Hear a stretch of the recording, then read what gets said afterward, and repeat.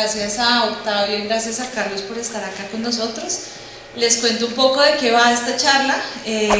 Como le pusimos este nombre de el derecho de autor en los tiempos del cólera, porque desde la Cámara Colombiana del Libro estamos liderando una iniciativa que busca promover el derecho de autor, y la campaña se llama Apoyo a mis autores, solo compro libros originales, no piratería.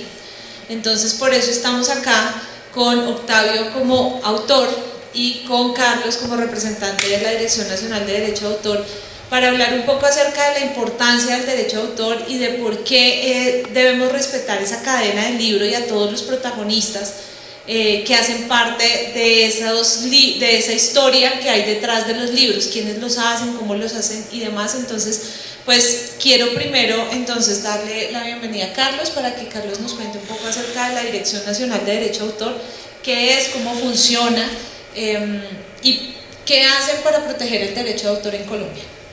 Bueno, vale, muy buenas tardes a todos, a ti Adriana también y a Octavio, de verdad es un gusto estar aquí. Siempre que vengo a Manizales tengo muy gratas experiencias, creo que es una ciudad que lo acoge a uno de una manera bastante agradable. Y pues bueno, en cuanto a la pregunta que me haces, pues la Dirección Nacional de Derecho de Autor es una entidad del orden nacional que hace parte del Ministerio del Interior y que tiene como vocación, como labor misional, la defensa, la promoción del derecho de autor en el país y de los derechos conexos. La entidad presta gran variedad de servicios, ¿sí? Encaminados todos no solamente a la protección de los autores, sino en general de todas las personas que hacen parte de este mundo del derecho de autor. Entonces, para ello tenemos inicialmente la labor del registro de obras.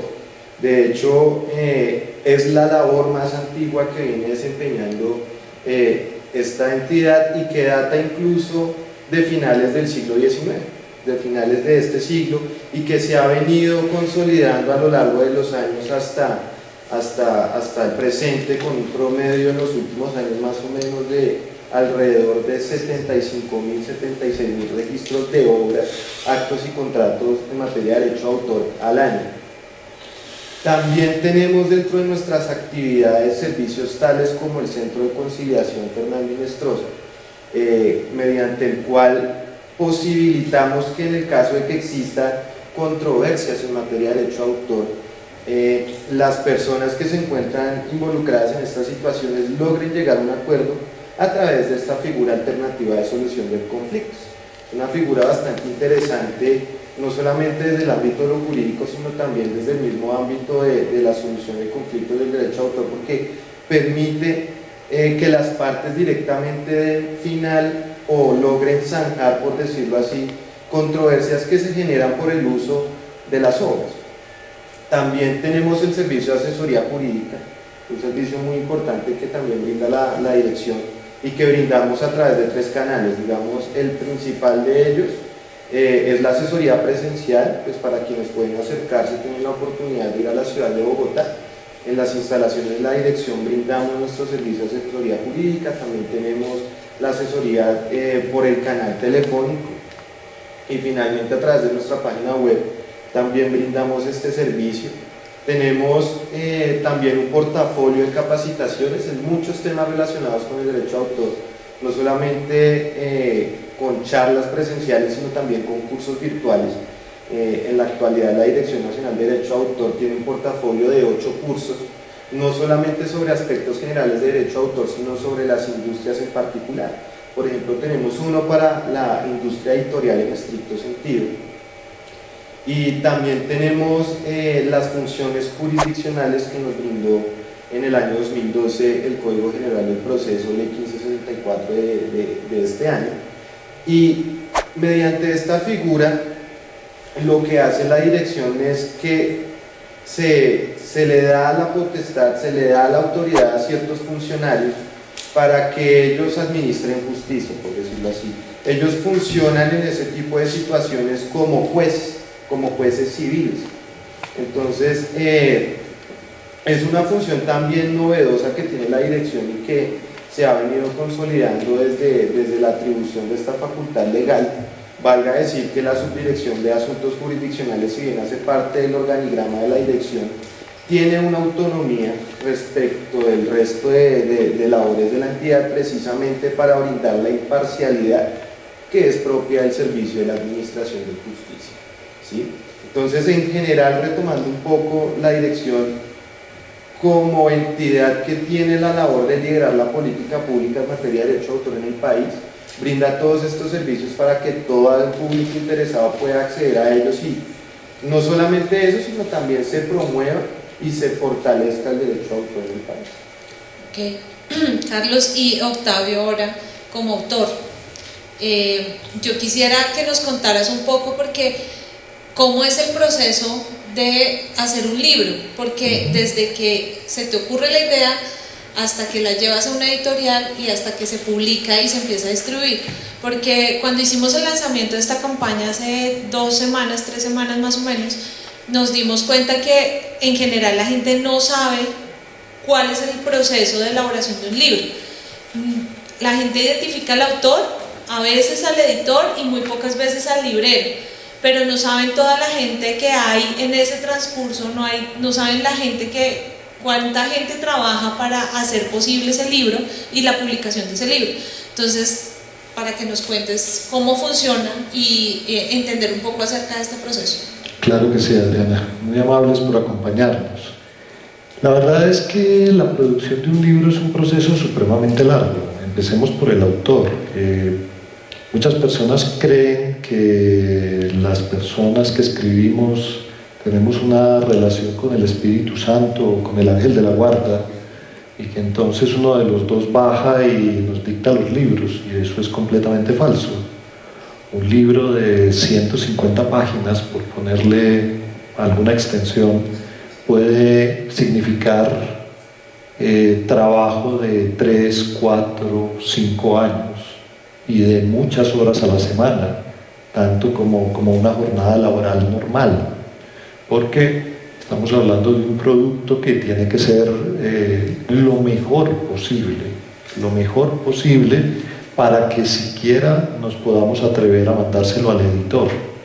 Entonces estamos hablando de que un escritor invierte en la producción de un libro prácticamente al mismo tiempo que invertiría en un trabajo normal de 8 a 12 y de 2 a 6, y lo invierte durante varios años.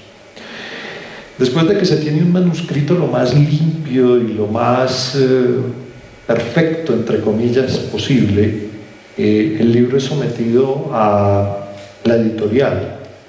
El acceso a la editorial no necesariamente es fácil, entre otras cosas porque, por ejemplo, en Manizales editoriales prácticamente no hay. Está solo la editorial de la Universidad de Caldas y Manigraf, que es más un taller de impresión que realmente una editorial.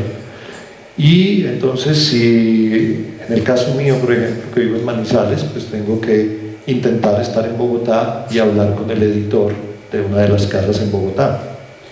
Si uno no tiene algún prestigio, si uno no tiene unos premios que esgrimir, si uno no tiene alguna actividad literaria que la editorial considere interesante, pues va a ser más difícil. El editor habitualmente se toma varios meses para decidir qué va a hacer con esa obra. O sea que tenemos una obra que nos demoramos varios años para escribir y que además empieza, entre comillas, a perder más tiempo mientras el editor toma una decisión. El editor puede leer directamente la obra o puede contratar lectores expertos para que la evalúen. Miren ustedes que ahí vamos sumando y sumando y sumando costos. Y si finalmente la evaluación es favorable, la editorial también va a entrar en el dilema, digamos, de si considera que el libro es comercial, considera que el libro es culturalmente importante y si considera además que es el momento oportuno para publicarlo, ¿sí? Les doy un ejemplo. Hay una serie de televisión, no me pregunten cómo se llama porque no lo sé, que iba a salir la próxima semana y tiene que ver con los ataques violentos en los Estados Unidos, y la productora la acaba de suspender durante varios meses debido al ataque que hubo en Texas. Entonces, un producto que ya estaba terminado lo han suspendido porque consideran que en este momento no es oportuno. Cada momento, cada día, cada semana, cada mes que se retrasa un producto cultural, se pierde dinero. Y eso también pasa con los libros. Entonces el editor puede decir, sí, quiero publicar este libro, pero no ahora. Creo que este libro debe salir en febrero. No debe salir en agosto, debe salir en febrero. Después de que deciden eso, empieza el proceso editorial. El proceso editorial implica que una o varias personas revisan el texto desde muchos puntos de vista, desde el punto de vista meramente narrativo, desde el punto de vista gramatical, y interactúan con el autor. Y la interacción con el autor puede ser corta o larga. O sea que un autor, después de que se pasó 3 o 4 años escribiendo un libro, puede terminar un año más dialogando con la editorial respecto a las correcciones que hay que hacer. ¿Sí? Y ahí, si está muy de buenas, la editorial decide publicar el libro y entran las otras personas que tienen que ver con el libro. Entra la persona que diagrama el libro, entra la persona que hace la ilustración, entran las personas que deciden los aspectos materiales del libro, que deciden, por ejemplo, la contratapa esa de la que todos desconfiamos, pero ustedes no se imaginan cómo discuten la contratapa de los libros, cómo discuten la tapa de los libros, y cuando finalmente el libro se produce, y aquí estamos hablando de toda una industria detrás de la producción de un libro, los impresores, la gente que proporciona el papel, los transportes, etcétera, etcétera. El libro llega a las librerías y ahí empieza la segunda vida de un libro, que si se quiere es más difícil que esta que acabo de contar, porque entonces viene el tema de si al librero le interesa o no le interesa el libro, viene el esfuerzo publicitario que hace la editorial, viene la posibilidad de que la editorial consiga que los medios se interesen en el libro, lo cual depende muchísimo de quién es el autor y de si verdaderamente se escogió el momento oportuno. Y vienen también todas las posibilidades de promoción que puedan nacer del libro, del autor, por ejemplo, participar en ferias del libro. En este momento están presentando un libro aquí arriba, ¿sí? Y están intentando vendérselo a las personas que están ahí sentadas. Un proceso que puede ser relativamente largo. Hay editoriales que tienen paciencia, que consideran que ese proceso puede durar un año y medio, y hay editoriales que consideran que si en 2 meses usted no vendió lo suficiente, se acabó la cosa. ¿Sí? Entonces, si el libro no funcionó, pues no funciona.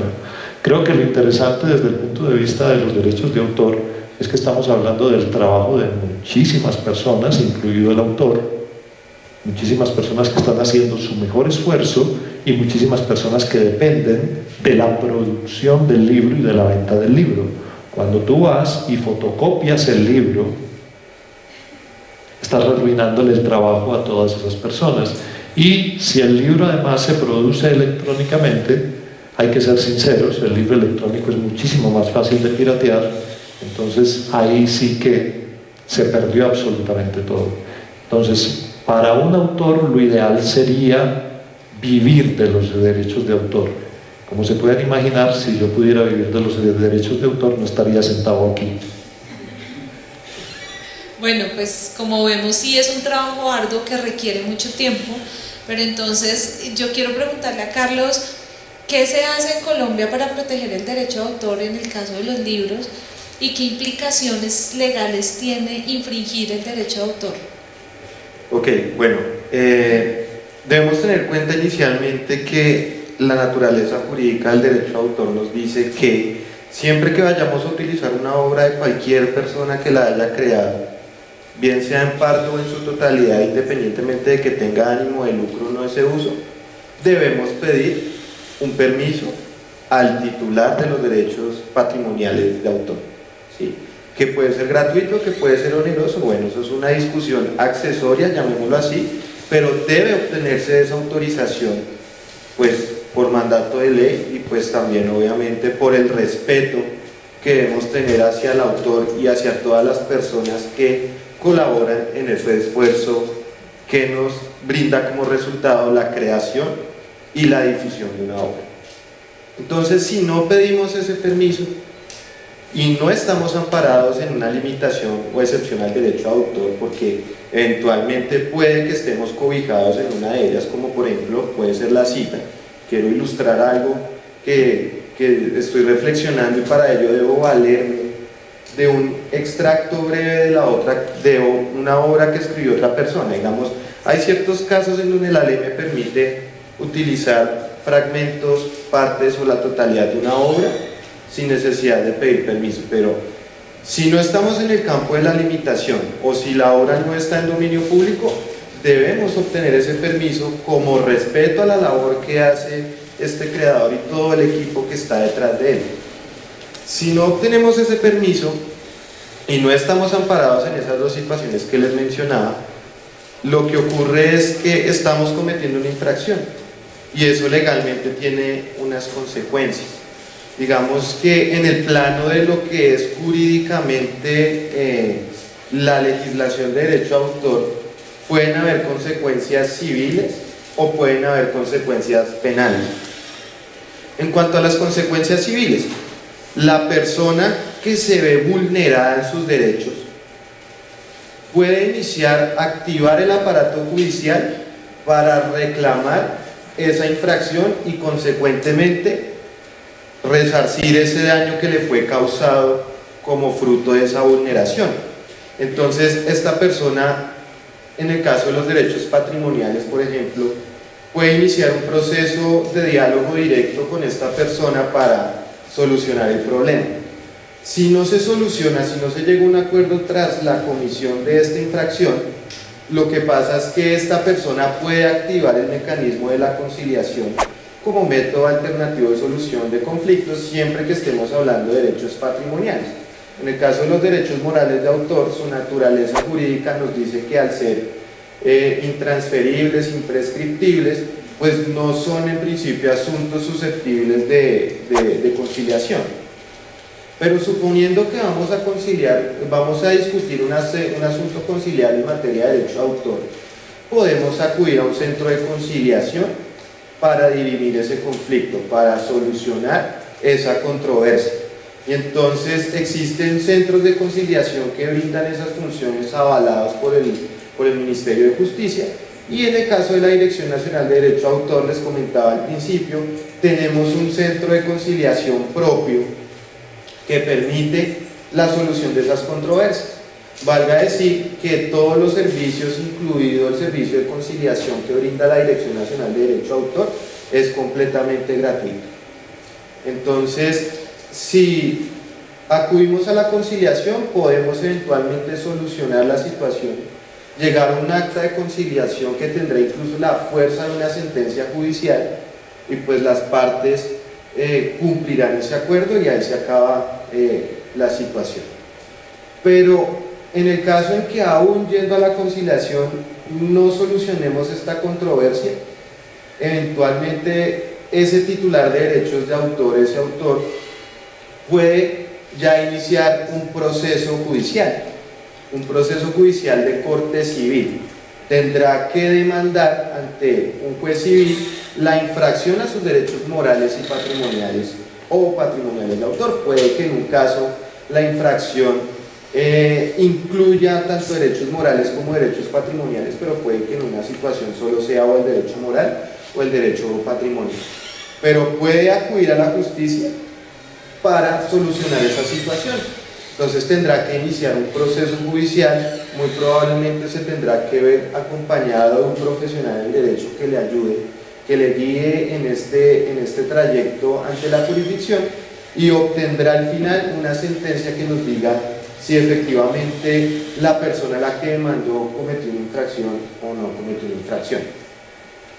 Por otra parte, existe la jurisdicción penal. En el caso de la infracción a los derechos de autor, su vulneración es tiene unas consecuencias tan importantes que la misma legislación decidió consagrar ciertos tipos de penales o delitos relacionados con el derecho de autor. Podemos ver, por ejemplo, que en el Código Penal colombiano, en los artículos 270 a 272, están las conductas que se consideran como delitos en materia de derecho a autor. Por ejemplo, el artículo 270 nos habla de los aspectos que tienen que ver con delitos relacionados con los derechos morales de autor. El 271 nos habla de los delitos relacionados con los derechos patrimoniales, y finalmente el artículo 272 nos dice ciertas situaciones adicionales, en especial sobre las denominadas medidas técnicas de protección a las obras e información para la gestión de los derechos de autor, que también pueden ser vulnerados y pueden ser considerados como conductas que ameritan un castigo por parte de la jurisdicción penal. Importante también tener en cuenta que esto es tan grave que la pena de prisión puede ser de 3 a 8 años. Es una conducta que por su naturaleza tiene una sanción relativamente extensa dentro de las penas que tiene la legislación penal. Entonces, ese titular, ese autor, tiene la facultad de acceder a estos mecanismos, pero debemos aclarar también que el derecho a autor, al ser un derecho privado, la defensa de esos derechos que tiene le corresponde es al mismo titular, al mismo autor. Él mismo es el que tiene que activar esos mecanismos. Digamos, en el caso de la dirección, nosotros facilitamos esa labor al brindar esa serie de servicios que les mencionaba, el de la conciliación, el de asuntos jurisdiccionales, pero la defensa en principio recae directamente en el titular, por lo que les mencionaba, es un derecho eminentemente privado que le corresponde es al titular, al autor. ¿Y qué tantas demandas reciben ustedes? O sea, ¿qué tanto utilizan los autores estos recursos o simplemente los dejan pasar? ¿Sí los utilizan? No, sí los utilizan, de hecho los utilizan bastante. Mira que en el caso del Centro de Conciliación, anualmente ha crecido esa demanda. Inicialmente, cuando abrió el Centro de Conciliación Fernando Inestrosa, iniciaron con menos de 10 conciliaciones, eso fue en el primer año, y automáticamente la cifra fue escalando a tal punto que en el año pasado se recibieron más de 400 solicitudes de conciliación.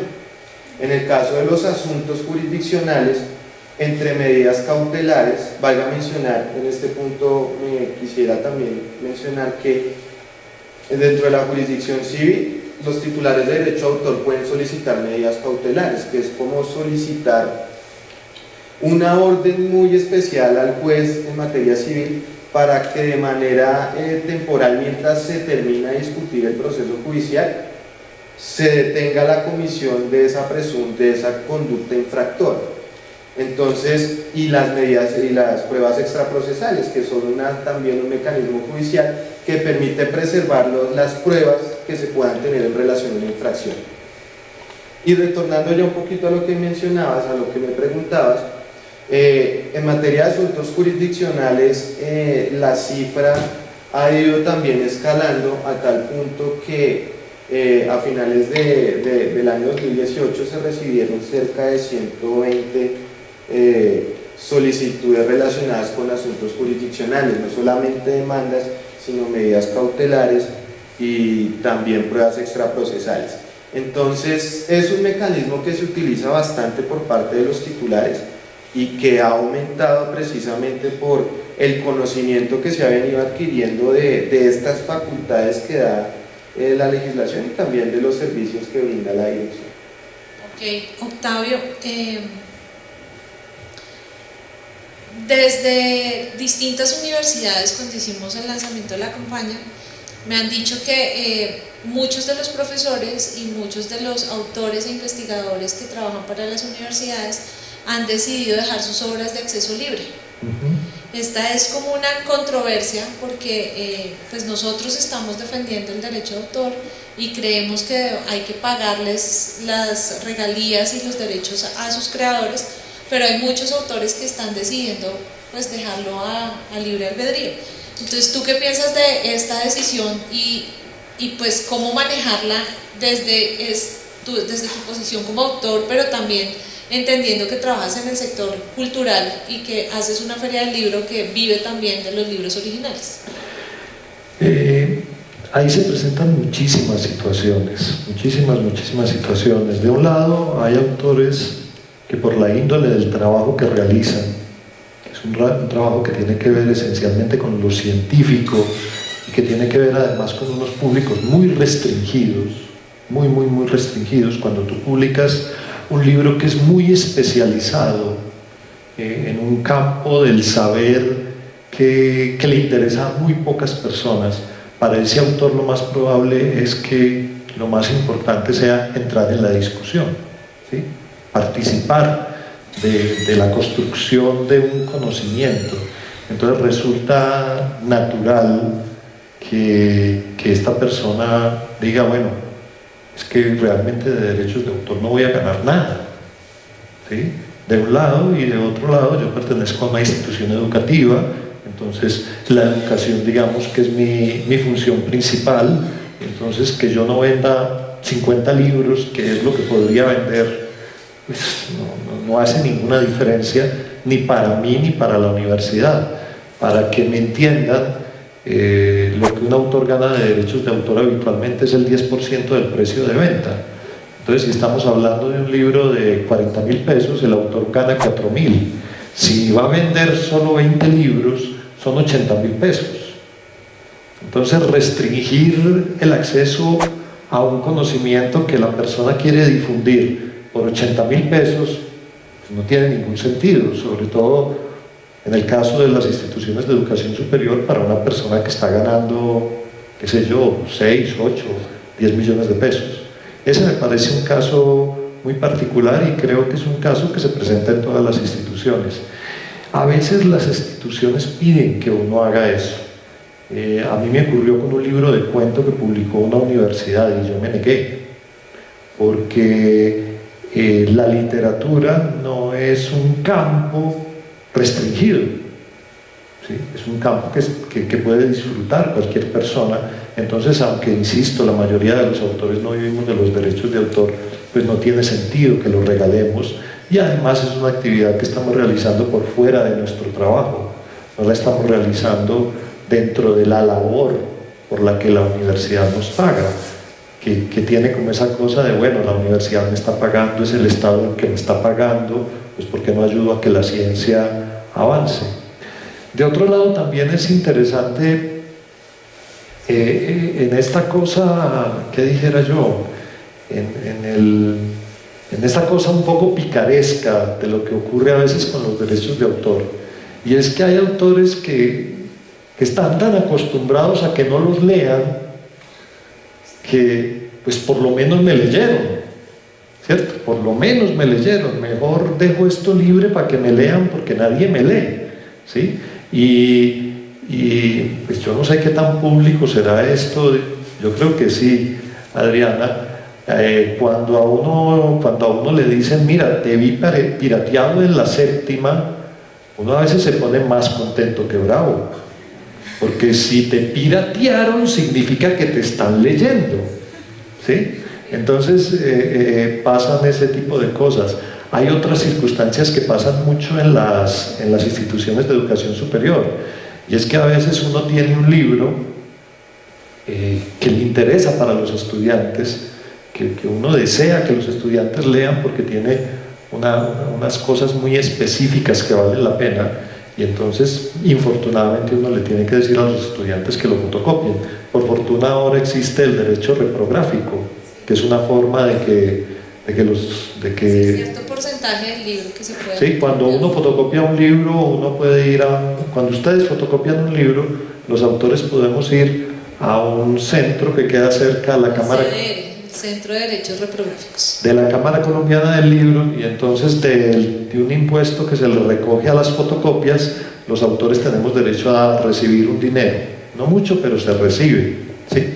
Pero mira, el asunto, yo creo que el asunto más grave es que la mayoría no consideremos, y me incluyo porque todos caemos de vez en cuando en eso, no consideremos que los autores deben ganar, que es una cosa como de, pues si le gusta tanto escribir, ¿para qué quiere ganar plata? ¿Cierto? Es más, a veces uno presenta un libro para venderlo y la gente se le arrima y le dice, oiga, ¿y no lo van a regalar? ¿sí? No regalan el libro. Entonces, creo que esa actitud de que el autor antes debe estar como agradecido de que lo lean, es una de las cosas que más perjudica a veces una sana actitud con respecto a los derechos de autor. Y entonces eso genera unos fenómenos, yo diría que absurdos. En el curso que yo acabo de terminar de literatura latinoamericana, y por allá atrás no me dejan mentir, yo me tomé el trabajo de irme para... Bueno, yo hablo durito, ¿me oye? Sí. Yo me tomé el trabajo de irme para una librería en la que habitualmente hay descuentos, y busqué 2 libros de literatura latinoamericana que eran muy buenos libros, que eran interesantes para mis estudiantes y que estaban a 9.000 pesos. 9.000 pesos. Edición bonita, carátula perfecta, o sea, un libro que normalmente vale 35, 40.000 pesos.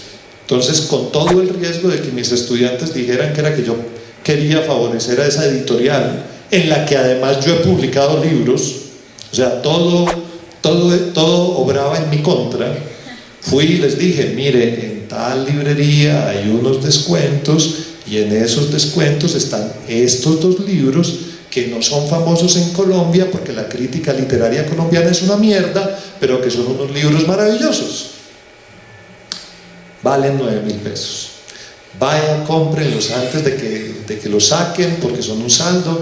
Vaya, compren antes de que se acaben. Vaya, compren antes de que de pronto vean que se están vendiendo y le suban el precio. Pues bueno, hubo los que no lo compraron y hubo los que además me dijeron, no, lo fotocopié porque fotocopiado vale 3.000 pesos. Entonces son 6.000 pesos que me sirven de pasajes.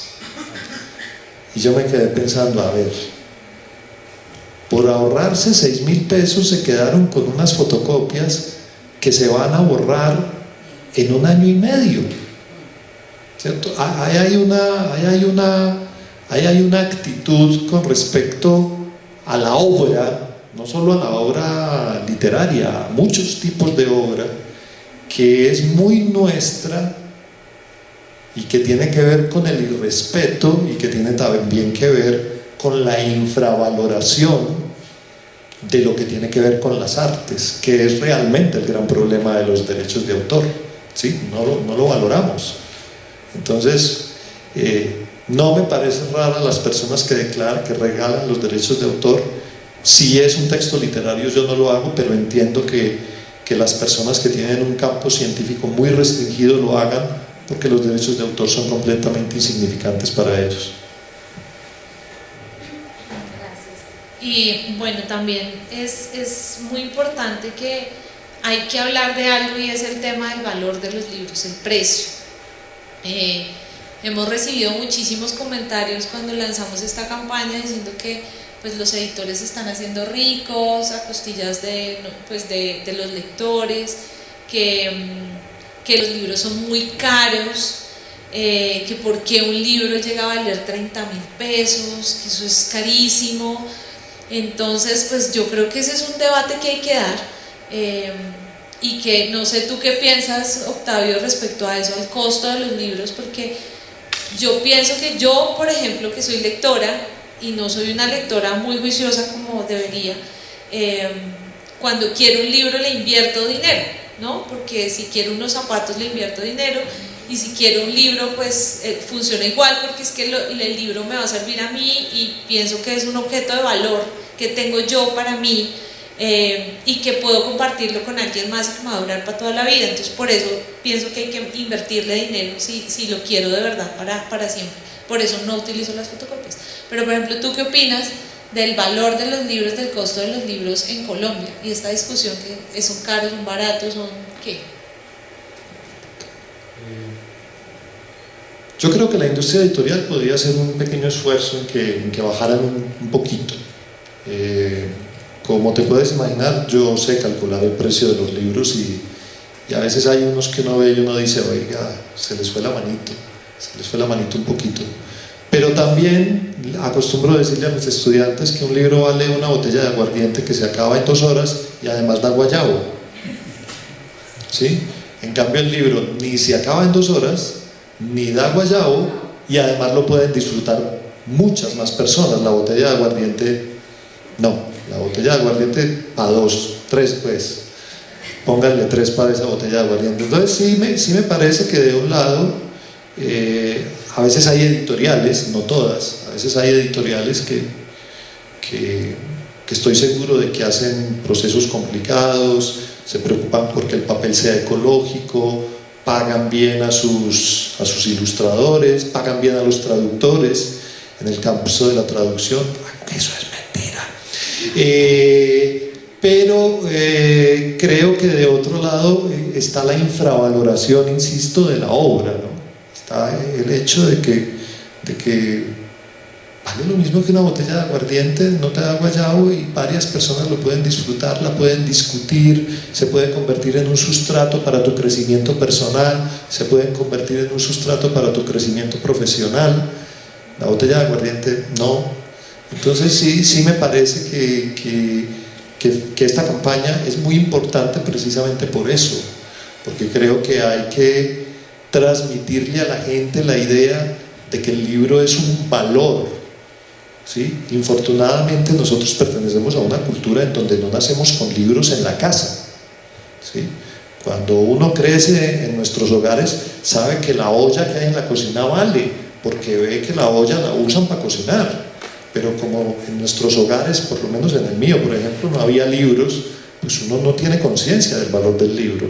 Y si las personas van ganando conciencia del valor del libro, me parece que los pecados contra los derechos de autor van a ser un poquito menores.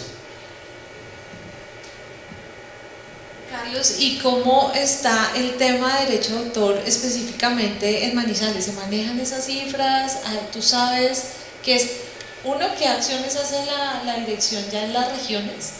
Y 2, ¿qué tantas solicitudes de derecho de autor, por el respeto del derecho de autor, se hacen desde las regiones, por ejemplo, desde Manizales, ya específicamente desde acá? Bueno, digamos que la Dirección Nacional de Derecho a Autor, en razón de sus funciones y pues de la naturaleza misma que tiene como entidad, sí, pues es una entidad que está centralizada en la ciudad de Bogotá, digamos.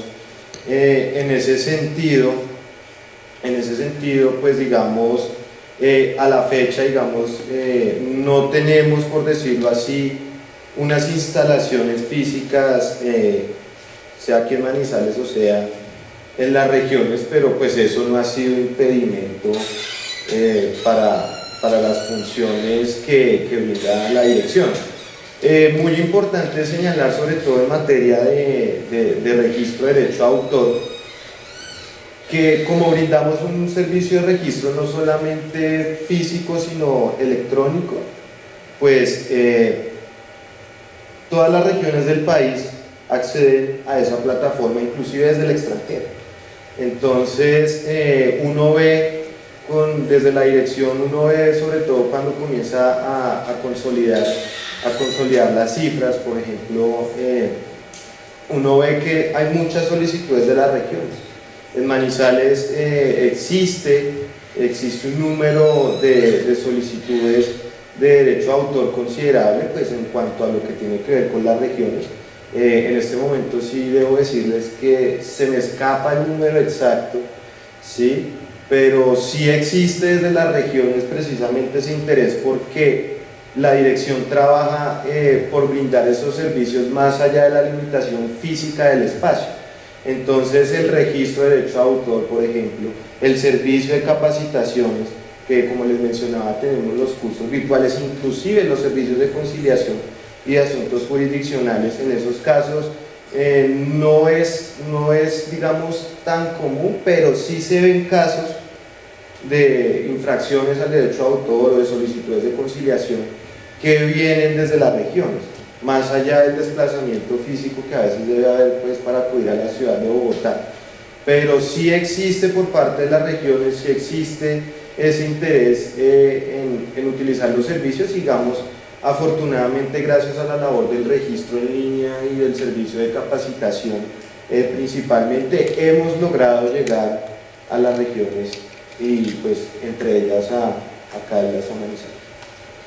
Bueno, y pues yo quiero preguntarle a Octavio, ¿qué implicaciones tiene la realización de las ferias del libro para los autores? ¿Cómo moviliza el sector editorial la realización de una feria del libro? Porque Manizales inicia toda la ruta de ferias del libro del segundo semestre en Colombia, que cada vez está más fortalecida y que termina en noviembre.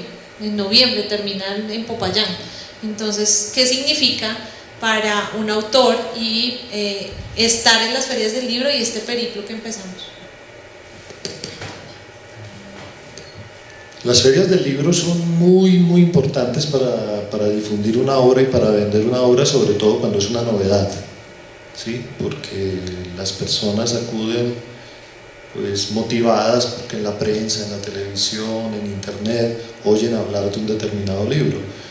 Dentro de unos 45 minutos probablemente esto va a estar lleno de personas que quieren oír hablar a William Ospina. También es útil para los libros previos, porque a veces, dependiendo mucho de cómo se programa la feria, es posible que la figura de un autor resulte más importante que la novedad. Y una de las cosas que yo procuro como programador es un poco eso, ¿no? Que no solo se destaque la novedad, sino que también sea posible que el autor pueda hablar de sus libros anteriores, ¿sí? Porque la novedad puede ser efímera, en cambio hay obras que tienen la posibilidad de convertirse en lo que los norteamericanos llaman long seller, un libro que se vende y se vende y se vende a través del tiempo, que además resulta más interesante para la industria editorial. A veces la novedad se agota muy rápido, en cambio el long seller puede ser más interesante. Se me ocurre en este momento, por ejemplo, Rosario Tijeras. Rosario Tijeras es un libro que se vende y se vende y se vende, a pesar de que ya no es una novedad. Cuando uno hace todo el circuito de la feria, pues eso además da la posibilidad de que te conozcan en otras regiones. Colombia es un país de regiones, de pronto un poquito más que la mayoría de los países, porque tenemos una geografía muy agreste y porque tenemos unas diferencias culturales que también son muy marcadas. Entonces las ferias del libro contribuyen muchísimo a eso. Y además la feria del libro a veces significa también que el autor gane honorarios, y el honorario para muchos autores es muy importante, para aquellos que viven exclusivamente de la escritura, que la feria del libro te pague por intervenir, por estar, es una fuente económica bastante significativa. Bueno, yo creo que vamos cerrando porque Carlos se tiene que ir al aeropuerto. Tiene que irse corriendo al aeropuerto, pero pues muchísimas gracias por estar acá, muchísimas gracias por escucharnos, y ante todo les dejo la invitación para que se unan a esta campaña. Aquí ven que es el hashtag No Piratería. Estamos haciendo una labor muy importante desde en las universidades, queremos que nos apoyen, porque más allá de cuestionar si tengo o no tengo el ingreso, si queremos es que conozcan cómo funciona la cadena del libro, para que valoremos el trabajo de esos profesionales que están detrás de, y que los reconozcamos y que entendamos que hay una cadena y una cantidad de familias que viven de esta industria como de cualquier otra industria, y que nosotros formamos parte de esa cadena. Entonces pues la invitación es para que nos acompañen, nos apoyen, y muchas gracias a ustedes. Y esperamos que nos ayuden a difundir la idea de que los libros son una posibilidad de que muchas personas vivamos de nuestro trabajo creativo. Muy amables, muchas gracias.